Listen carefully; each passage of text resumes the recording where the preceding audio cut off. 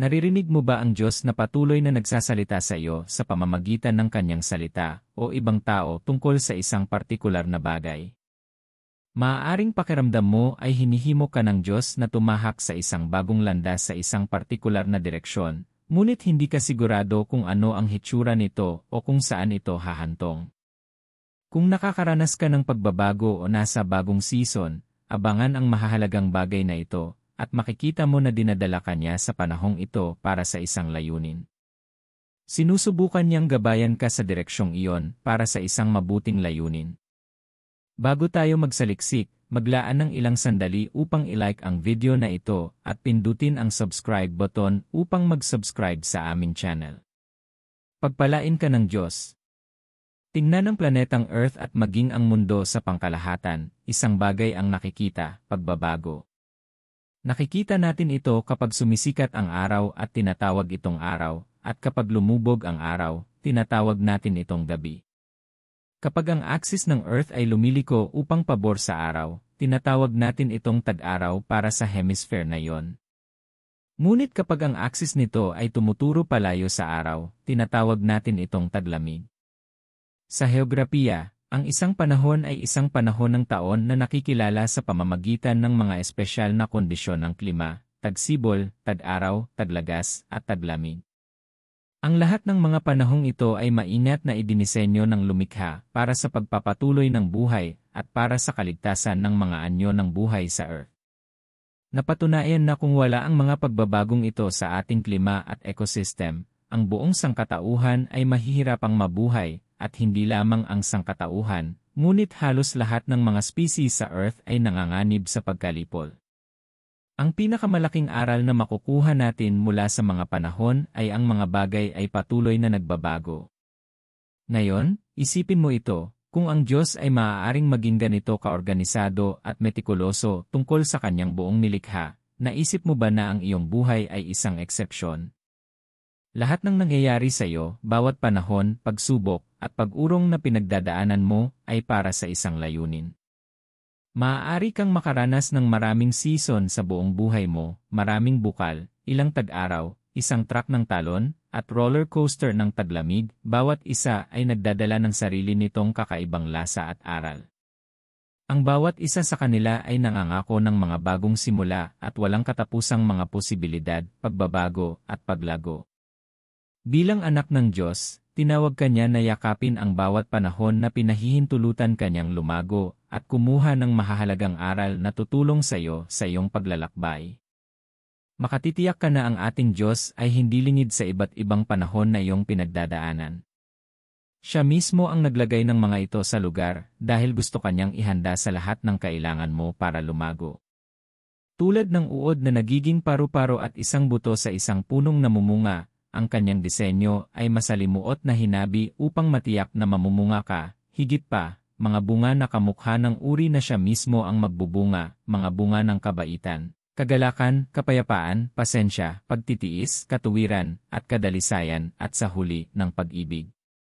Siya ay sinadya at mapilit sa iyo, habang ikaw ay naglalakbay patungo sa layunin at tadhana. Kung gayon, paano mo malalaman ang layunin ng bawat panahon? Simple, hindi ka dadalhin ng iyong Ama sa langit sa isang panahon at iwan kang nakapiring at hindi sigurado. Tapat siya na gagabay sa iyo kung masigasig mong hahanapin siya. Narito ang ilang dahilan kung bakit kanya dinadala sa panahong ito. Numero 1. Upang subukan ka at pinuhin ang iyong pagkatao. Ang pagbabago ng mga panahon ay maaaring markahan ng mga taon ng pagkakataon at mga sandali ng mga hadlang, kakulangan, at abala, bawat isa ay nagdadala ng sarili nitong mga hamon at pagpapala. May mga pagkakataon na bumukas ang pinto, at nakakaranas ka ng walang katapusang mga posibilidad. Ang mga posibilidad na ito ay maaaring magpakita ng kanilang mga sarili bilang mga tunay na relasyon, personal na paglago, pinansyal o maging espiritual na kasaganaan, at maging sanhi ng mga nakababahalang tagumpay at patotoo. Kapag nangyari ang mga bagay na ito, hindi matalinong isipin na nakarating ka na sa rurok ng iyong kapalaran. Hindi, ibinibigay lamang ng Diyos sa iyo ang isang sneak silip ng kung ano ang mayroon siya para sa iyo, tinitingnan kung paano mo ito pamamahalaan. Maaari rin itong isang panahon na nailalarawan sa pamamagitan ng mga hadlang, kakulangan, at abala, na maaaring magpakita sa mga anyo tulad ng pagdududa sa sarili, personal na takot, kahirapan sa pananalapi, hindi inaasahang pag-urong, pakiramdam ng kawalan ng laman, o mga hadlang sa iyong mga plano at layunin sa kabuuan. Ang mga hadlang na ito ay nariyan upang itulak kang maging maparaan at matatag.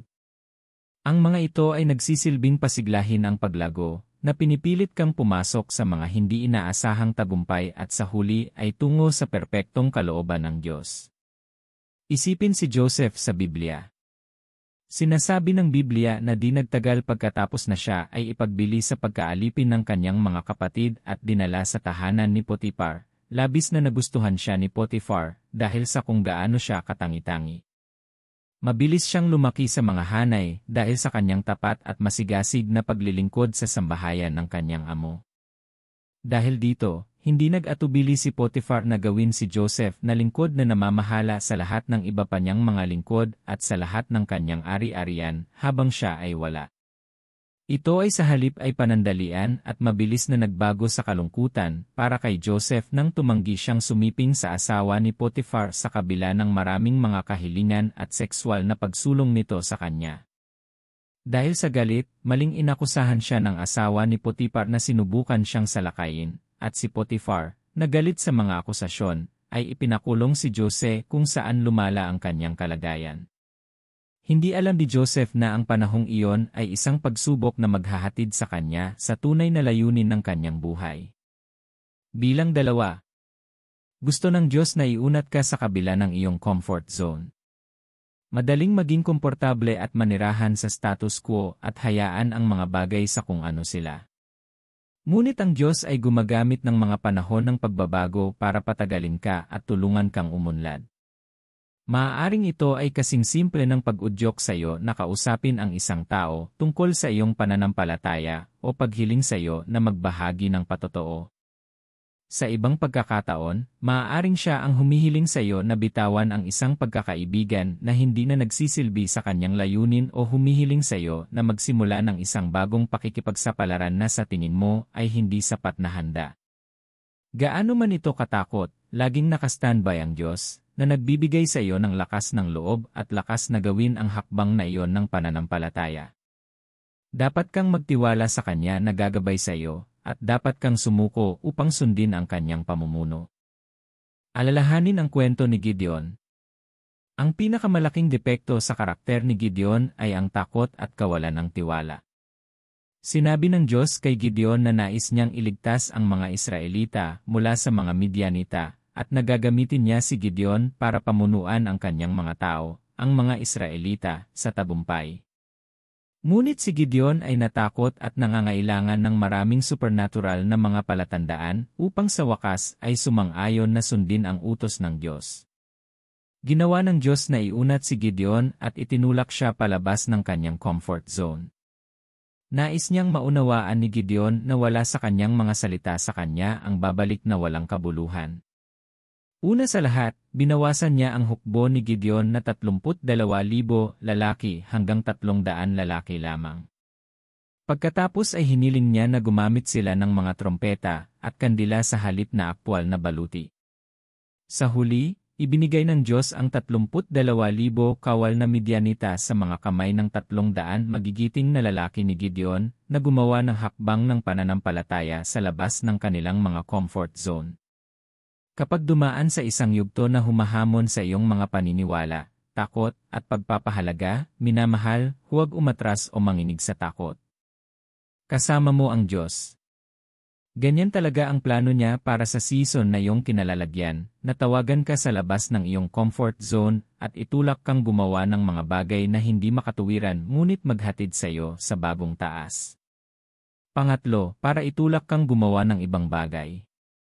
Kapag ang Diyos ay nagtanim ng isang pagnanais sa iyong puso na gumawa ng isang bagay na kakaiba, ito ay kadalasang higit pa sa isang panandaliang kapritso o personal na ambisyon, dahil ito ay nagpapahiwatig ng isang bagong kabanata sa iyong buhay. Isang kabanata na magpapalawak ng iyong mga abot-tanaw, magpapalawak ng iyong mga kakayahan, at magdadala sa iyo sa paglago.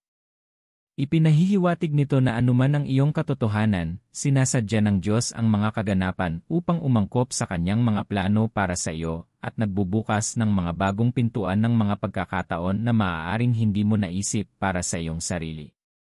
Dumating ang panahon na ang mga Israelita ay naalipin sa Ehipto. Ang hari, si Paraon, ay nagpasa ng isang utos na patayin ang lahat ng mga lalaking sanggol na Hebreo, at ito ay natupad sa buong lupain ng Ehipto. Upang makatakas sa utos na ito, inilagay siya ng ina ni Moises sa isang basket, at pinalutang ito sa ilog Nilo, kung saan siya natagpuan at inampon ng isa sa mga anak na babae ni Paraon.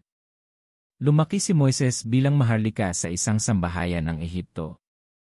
Kinain niya ang pagkain kinakain ng mga Ehipsyo, nagsasalita siya tulad ng mga Ehipsyo, at sinanay na parang isang Ehipsyo sa buong buhay niya. Maaaring mangahas ang isang tao na isipin na tinatrato niya ang mga Israelita sa parehong paraan na ginawa ni Paraon at ng kanyang mga tauhan. Gayunpaman, ang lahat ng ito ay para sa isang layunin na kalaunan ay nahayag sa hinaharap.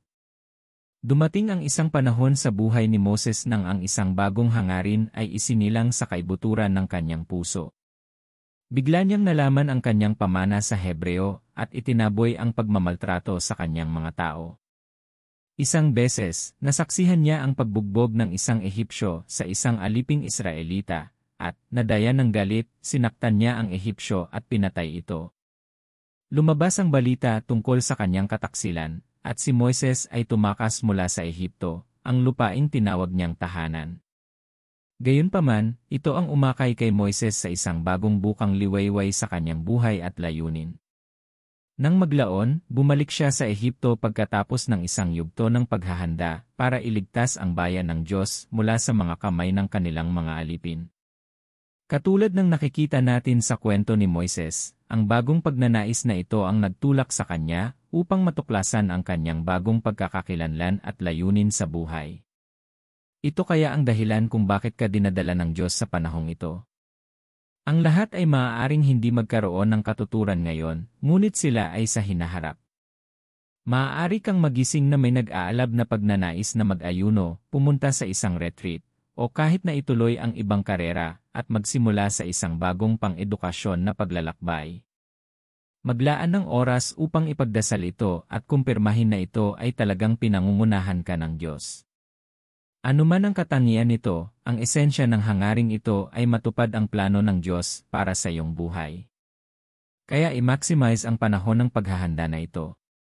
Hindi lang yan. Marami pang posibleng dahilan kung bakit ka dinadala ng Diyos sa panahong iyon. Bilang 4, upang turuan at masangkapan ka.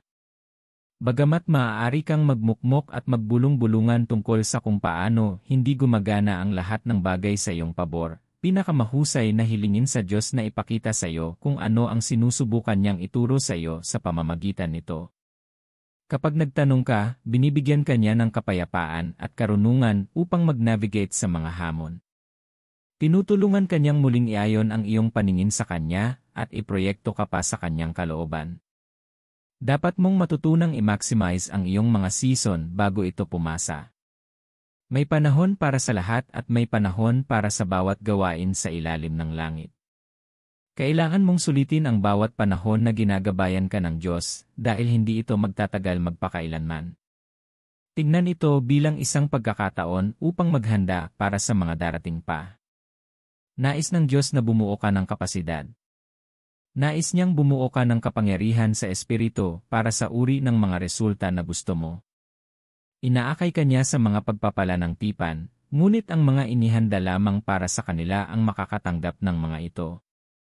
Ang kanyang salita ay nagsasabi sa Galatia 4:1-2, ang sinasabi ko ay na hanggat ang tagapagmana ay menor de edad, hindi siya naiiba sa isang alipin, bagamat siya ang nagmamay-ari ng buong ari-arian. Ang tagapagmana ay napapailalim sa mga tagapag-alaga at mga katiwala hanggang sa panahong itinakda ng kanyang ama. Mahalagang tumanda ka sa mga panahon upang makatanggap ng ilang mga pamana. Tingnan natin ang isa pang makabuluhang kwento sa Biblia na makikita sa Genesis 41. Si Faraon ay nagkaroon ng kakaiba at nakakatakot na panaginip. Sa sumunod na mga talata, binigyan ni Jose ng interpretasyon ang kakaibang panaginip ni Paraon na hindi kayang gawin ng ibang matalinong tao o salamangkero sa lupain ng Ehipto. Sinabi niya na 7 taon ng malaking kasaganaan ang darating sa buong lupain ng Ehipto, ngunit 7 taon ng taggutom ang susunod sa kanila. Kung magkagayon ang lahat ng kasaganaan sa Ehipto ay malilimutan, at ang taggutom ay sumira sa lupain. Ang paghahayag ng kahulugan ng panaginip na ito ay nagpapanatili sa lupain ng Ehipto na umunlad. Sa kabila ng taggutom sa lahat ng iba pang mga lupain, sa buong lupain ng Ehipto may pagkain. Sinasabi ng Biblia na ang buong daigdig ay pumunta sa Ehipto upang bumili ng butil dahil matindi ang taggutom sa lahat ng dako. Ang nag-iisang interpretasyong iyon ang naglipat kay Joseph mula sa bilangguan patungo sa palasyo dahil naghanda siya sa kanyang panahon ng paghahanda. Sa kabila ng kanyang pagkabilanggo, nakuha ni Joseph ang pabor ng warden ng bilangguan at ipinagkatiwala sa pamamahala sa iba pang mga bilanggo dahil iba siya. Hinanap niya ang kalooban ng Diyos kahit sa pinakamahirap na sitwasyon. Ang kanyang pagkatao ay sumasalamin sa kanyang integridad at kakayahang manatiling positibo at may layunin kahit na hindi makatarungang nakakulong. Pinaunlad niya ang kanyang sarili sa Diyos at bumuo ng mahahalagang koneksyon upang kapag ang pinto ng pagkakataon ay bumukas sa kanyang harapan, handa na siya. Inilagay siya ng hari ng Ehipto na mamahala sa buong lupain ng Ehipto. Kinuha niya ang kanyang singsing na pansenyas at isinuot sa daliri ni Joseph. Binihisan din niya siya ng pinong lino at nilagyan ng kwintas na ginto ang kanyang leeg. Huwag ibagsak ang iyong sarili sa pagkatalo, minamahal. Ang iyong panahon ng pagpapakita ay malapit na. Maaaring magmukhang ikaw ay nasa pinakamalalim na hukay, ngunit patuloy na magtiwala, patuloy na lumago, at patuloy na maniwala. Malapit na ang iyong tagumpay. Ngunit kung gayon, paano mo malalaman kung ang mga panahon ay nagbabago sa iyong buhay? Paano mo matutukoy ang mga panahon sa iyong buhay? Talaga, mayroong 4 na pangunahing panahon sa buhay ng isang tao. Ang yugto ng umaga, ito marahil ang pinakamahalagang panahon ng buhay ng isang tao. Ito ang panahon kung kailan inilalagay ang pundasyon. Kung ang pundasyon ay sira, ang buong gusali ay madaling masira. Sa panahong ito, dapat mong tipunin ang lahat ng mga mapagkukunang kailangan para sa isang matatag na pundasyon, na ang pinakadakila ay ang salita ng Diyos. Kapag nasira ang mga pundasyon, ano ang magagawa ng matuwid? Ang panimulang pundasyon ng isang tao ay mahalaga, at kung ito ay may depekto, dapat mayroong isang malinaw na plano upang maituwid ito upang hindi hadlangan ang kanilang paglaki. Ang pag-unawa sa kalooban ng Diyos sa pamamagitan ng kanyang salita ay mahalaga sa pagtupad sa atas ng isang tao. Ang pakikinig sa Diyos na nagsasalita ay may napakalaking kapangyarihan upang baguhin ang ating buhay, hinahamon at binabago nito ang mga mananampalataya. Nasa kanyang mga salita ang kanyang kalooban, at sa pamamagitan nito, ginagabayan kanya tungo sa buong kapanahunan at pagsang-ayon sa kanyang larawan. Gamitin ang iyong yugto sa umaga bilang isang panahon para sa napakalaking pamumuhunan dahil ito ay kapag maaari kang bumuo ng kapasidad at magpakita ng isang track record ng pangako sa Diyos upang kapag dumating ang oras ng mga pagpapala, makikita niya sa iyo kung ano ang pagpapalain. Sinasabi ng kanyang salita na pinapaboran niya tayo at pinapaunlad tayo para sa gawa ng ating mga kamay. Hindi pagpalain ng Diyos ang kawalan ng laman, kailangan mong bigyan siya ng isang bagay upang pagpalain. Hinihiling niya sa iyo na gumawa ng napakalaking pisikal at espiritual na pamumuhunan. Dapat mong ibigay ang lahat sa season na ito, na maaaring may kinalaman sa pagsasagawa ng mga praktikal na hakbang tulad ng pag-aaral, pagpapabuti ng iyong kalusugan, o paggawa ng mahahalagang pamumuhunan sa pananalapi. Sa espiritual, maaaring may kasama itong malawak na panalangin at pag-aaral ng salita. Maaaring binibigyan ka ng Diyos ng isang pangitain o plano para sa iyong espiritual na paglalakbay. Dapat kang maging sensitibo sa kanyang tinig at makinig sa kanyang pag-uudyok dahil hindi siya tumitigil sa pagsasalita. Ang yugto ng hapon, ito ang panahon ng pagpapatupad. Kinilala ni Jesus ang kanyang mga panahon. Noong siya ay 12 taong gulang pa lamang, ginugol niya ang karamihan ng kanyang mga oras at araw sa mga korte ng templo, nakaupo sa gitna ng mga guro, nakikinig sa kanila, at nagtatanong sa kanila dahil alam niya na dapat siya ay nag-aalala tungkol sa gawain ng kanyang ama sa lahat ng oras. Kinailangan ng 18 taon ng paghahanda para sa kanyang paglitaw, at sa oras na siya ay 30 taong gulang, ganap na siyang handa na isagawa ang kanyang misyon sa lupa. Dahil sa tindi ng kanyang paghahanda, natapos niya ang kanyang tawag sa susunod na 3 taon ng kanyang buhay sa lupa. Ang buhay ni Jesus ay halimbawa sa atin na kung ikaw ay mabisa ang mga panahon, ikaw ay mananatiling may kaugnayan sa mga panahon. Dapat mo ring tandaan na ang mga umaawit sa iyong mga papuri sa umaga ng iyong buhay ay maaaring wala sa iyong mga gabi. Ang parehong mga tao na umawit ng Ki-Hosana sa anak ni David, sa matagumpay na pagpasok ay sumigaw din ng ipako siya sa krus sa kanyang paglilitis. Ito ay nagpapakita na kapag hiniling ng Diyos sa iyo na mangako sa isang layunin, makakaranas ka ng panghihina ng loob. Huwag hayaang kaawaan ka o pag-usapan ng mga tao. Magugulat kang malaman na ang ilan sa mga taong mahal mo ay maaaring hindi maunawaan ang iyong season. Maaaring subukan nilang protektahan ka mula sa pagsasagawa ng mga tagubiling na tanggap mo mula sa Diyos dahil hindi nila nakikita ang pangitain ng kasing linaw ng nakikita mo. Manatiling nakatutok upang hindi ka madiskaril sa iyong bigay Diyos na atas. Hindi hinihiling ng Diyos na maunawaan mo ang bawat proseso. Hinihiling niya sa iyo na gawin ang lahat ng iyong makakaya upang mapakinabangan ang epekto ng kaharian. Ang susunod na yugto ay ang yugto ng gabi, na tinatawag ding yugto ng pamana. Ang tagumpay ng iyong mga anak ay kadalasang isang sukatan ng iyong sariling tagumpay. Halimbawa, kung ang iyong mga anak ay lumaking responsable, mahabagin, at matagumpay na mga individual, ito ay madalas na tinitingnan bilang isang testamento sa iyong epektibong pagiging magulang at patnubay. Ang yugto ng legacy ay binibigyang diin na ang mga epekto ng iyong mga aksyon at desisyon ay lumalampas sa iyong buhay. Ipinapaalala nito na ang tagumpay at kagalingan ng susunod na henerasyon ay kadalasang nagpapakita ng patuloy na impluensya ng iyong mga pagsisikap. Kung gugugol mo ang iyong buhay sa pakikinig sa tinig ng Diyos at pag-maximize ang iyong mga oras at panahon, ipapasa mo ang isang transgenerational na pagpapala. Sa Juan 4:4, sinabi ni Jesus, hanggat araw, dapat nating gawin ang mga gawa niya na nagsugo sa akin. Darating ang gabi na walang makakagawa.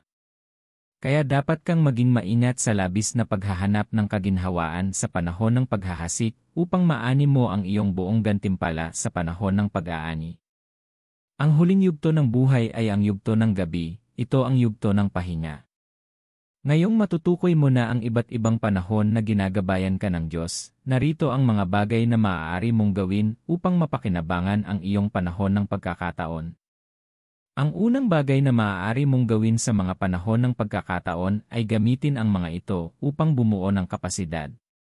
Mahal na kaibigan, sa tuwing nakakaranas ka ng isang panahon ng kadalian, kasaganaan, o kasaganaan, dapat kang bumuo ng kapasidad. Suriin natin ang kwento ng propetang si Eliseo at ng balo sa 2 Hari 4:1-7. Ang asawa ng isang lalaki mula sa grupo ng mga propeta ay sumigaw kay Eliseo, ang iyong lingkod, ang aking asawa, ay patay na, at alam mong iginagalang niya ang Panginoon. Ngunit ngayon ang kanyang pinagkakautangan ay darating upang kunin ang aking 2 anak na lalaki bilang kanyang mga alipin. Sumagot si Eliseo sa kanya, paano kita matutulungan? Sabihin mo sa akin, ano ang mayroon ka sa iyong bahay? Ang iyong lingkod ay walang anuman doon, sabi niya, maliban sa isang maliit na banga ng langis ng oliba. Sinabi ni Eliseo, pumunta ka at humingi sa lahat ng iyong kapitbahay ng walang laman na mga banga. Huwag kang humingi ng ilan lamang. Pagkatapos ay pumasok ka sa loob at isara mo ang pinto sa likuran mo at ng iyong mga anak. Iniwan niya siya at isinara ang pinto sa likuran niya at ng kanyang mga anak. Dinala nila sa kanya ang mga banga at patuloy siyang nagbubuhos. Nang mapuno ang lahat ng banga, sinabi niya sa kanyang anak, dalhan mo ako ng isa pa. Ngunit sumagot siya, walang banga na natitira. Pagkatapos ay tumigil ang pag-agos ng langis. Ito ang inaasahan ng Diyos na gagawin mo kapag binuksan ka niya sa mga pagkakataon, upang tipunin ang mga banga ng langis, at itabi ang mga ito para maipagpalit mo ang mga ito sa halaga pagdating ng panahon. Ang pangalawang bagay na inaasahan ng Diyos na gawin mo sa iyong panahon ng pagkakataon ay bumuo ng mga dekalidad na relasyon. Kailangan mong matutong pumili ng iyong mga relasyon at mga asosasyon na may pag-unawa sa halip na damdamin o salpok. Manalangin at hilingin sa Diyos na dalhin ang mga relasyon ng tadhana sa iyong buhay. Manalangin para sa mga dekalidad na relasyon na magpapatibay sa iyo sa halip na sirain ka. Kung sa kasalukuyan ay hindi ka sigurado sa ilan sa mga relasyon na iyong kinaroroonan at nararamdaman ang kanilang mga negatibong impluensya na nakakaapekto sa iyong kabuuang output, hilingin sa Diyos na alisin sila sa iyong buhay. Minsan ang dahilan kung bakit ka muntik ng mamatay sa depresyon ay dahil sa mga toxic na taong binubuksan mo ang pinto ng puso mo. Ang mga tunay na tao ay kakaunti, ngunit maaari mong bayaran ang presyo upang mahanap sila ng maaga sa pamamagitan ng pag-asa sa patnubay at direksyon ng Diyos. Maaari kang magsimula sa pamamagitan ng pagbigkas ng simpleng panalangin, Diyos, kung ang taong ito sa aking buhay ay walang bahagi sa pagtupad ng iyong layunin, alisin mo sila sa pangalan ni Jesus. Bigyan mo ako ng regalo ng mga kaibigang tipa ng tadhana. Amen. At panoorin siyang baguhin ang iyong mga lupon. Binibigyang diin ng mga kasulatan ang kahalagahan ng makadiyos na relasyon. Sa Ecclesiastes 4:12, ang dalawa ay mas mabuti kaysa sa isa sapagkat sila ay may magandang kapalit sa kanilang pagpapagal. Upang maakit ang makadiyos na mga asosasyon, koneksyon, at pakikipagkaibigan, dapat ka ring magbunga ng mga bunga na iyong hinahanap. Mag-ingat sa mga taong gustong maging kaibigan, ngunit hindi iginagalang o iginagalang ang iyong mga pinahahalagahan. Muli, kung napapaligiran ka ng mga taong maaaring magbukas ng mga pinto para sa iyo, ngunit hindi ka pinapansin, huwag agad silang lagyan ng label na masasamang tao. Introspect at suriin kung ano ang maaaring mali ang iyong ginagawa. Nagbabago ang mga panahon para sa lahat. Paano ka naugnay at tinatrato ang mga tao kapag ikaw ay nasa mga pribilehiyong posisyon? Ang ikatlong bagay na dapat gawin sa panahon ng iyong pagkakataon ay ang walang pag-imbot na mamuhunan sa pagpapala at pagbabago ng maraming buhay hanggat maaari. Nais ng Diyos na mamuhunan ka sa mga tao ng walang pag-imbot. Dapat kang mag-invest sa isang tao para sa bawat pagkakataon na ibinibigay niya sa iyo upang iangat ang mga tao. Maraming tao sa paligid mo na pinagpapala ng Diyos dahil sa iyo. Maghasik ng mga binhi ng kabaitan saan ka man magpunta at sa lahat ng paraan na magagawa mo.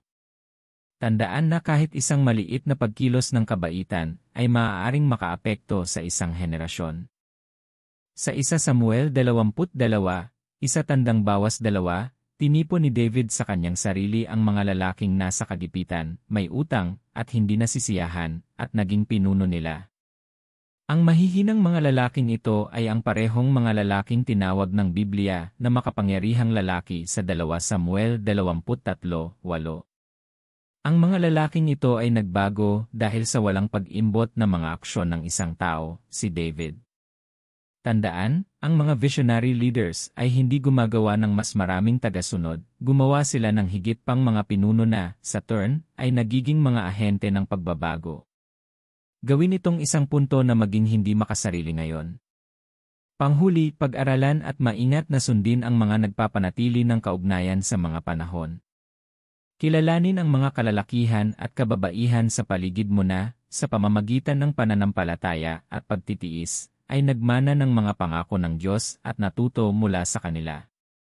Maaaring iba ang kanilang mga paglalakbay kaysa sa iyo, ngunit alam nila ang mga batas na nagreresulta sa pare-parehong pagsilang.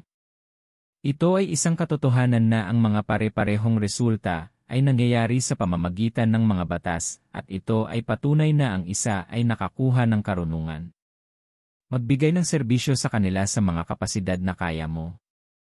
Kailangan mong magtiis para ikaw ay matuto at mabuo. Huwag sayangin ang anumang pagkakataong maglingkod dahil ito ay pagkakataon para matuto. Dapat mong matutunan ang lugar ng karangalan at parangalan ang lahat ng nauuna sa iyo. Ngayong ikaw ay bata pa, ngayon na ikaw ay malusog, ngayon na ikaw ay dumaraan sa panahong ito, ngayong alam mo na, pasanin mo ang pamatok na nagbubunga ng kadakilaan. Sinayang mo ba ang mga panahon? Kasalukuyan ka bang nakakaramdam na naiipit sa tagtuyot? Maaaring kinain ng mga payat na baka ang matatabang baka, ngunit matutulungan ka ng Diyos. Maaari niyang ibalik ang mga taon na winasak ng cankerworm. Handa siyang ibalik sa iyo ang mga taon na nawala sa iyo. Huwag mawalan ng pag-asa. Maaari kang magsimula ngayon at maging sinasadya ang iyong buhay.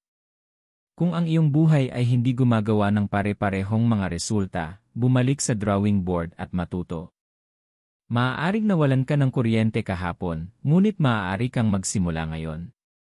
Pagbutihin ang iyong mga kakayahan, hanapin ang kanyang mukha, manalangin, at ibaling ang iyong mga pagmumuni-muni sa kanya. Hilingin sa kanya na ipakita sa iyo ang mga lihim para sa susunod na season. Masigasig na hanapin ang kanyang tinig at dagdagan ang iyong pagiging sensitibo sa Diyos. Binigyan kanya ng isa pang pagkakataon. Tutulungan kanyang makabisado ang mga cycle ng iyong season. Sa pangalan ni Jesus, manalangin tayo. Mahal na Ama sa langit, dinadakila kita para sa iyong walang katapusang karunungan at walang hangganang pag-ibig. Iyong hinabi ang sansinukob ng masalimuot na kagandahan at layunin, at ang iyong kamay ay gumagabay sa bawat detalye ng paglikha ng may ganap na katumpakan. Ang iyong kapangyarihan ay walang kapantay, at ang iyong soberanya ay nananatili magpakailanman. Salamat dahil nananatili kang tapat palagi. Lumapit ako sa iyo sa sandaling ito ng tahimik na pagmumuni-muni na may pusong puno ng pagtitiwala at pagsuko. Kinikilala ko na ikaw ang lumikha ng lahat ng bagay. Nakikita at nalalaman mo ang bawat panahon ng buhay at ginagabayan mo kami sa bawat isa ng may walang hanggang karunungan at pagmamahal. Humihingi ako ng iyong tulong habang ako ay naglalakbay sa iba't ibang panahon ng aking buhay. Nagtitiwala ako sa iyong banal na plano. May mga pagkakataong tila hindi malinaw ang landas at napakabigat ng mga hamon, ngunit tulungan akong matandaan na ang iyong patnubay ay perpekto at ang iyong panahon ay laging tama. Bigyan mo ako ng kababaang loob na kilalanin, sa mga panahon ng kasaganaan, na ang lahat ng mga pagpapala ay nagmumula sa iyo. Tulungan mo ako upang ang aking pasasalamat ay umapaw sa mga gawa ng kabaitan, at pagkabukas palad sa iba na inilagay mo sa aking landas upang mayangat. Tulungan mo akong tumakbo pabalik sa iyo sa aking mga sandali ng kakapusan o kahirapan. Bigyan mo ako ng lakas na manalig sa iyo, batid na ikaw ang aking kanlungan at tagapaglaan. Tumatanggap ako ng lakas para ilabas ang aking mga takot at kawalan ng katiyakan sa iyo.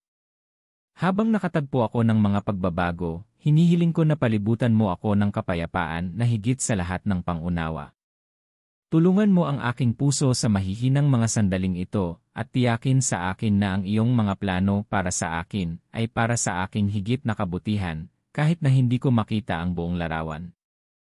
Mahal na Diyos, gabayan mo ako sa bawat panahon, ito man ay nagdudulot ng paglago o pahinga, mga hamon o tagumpay.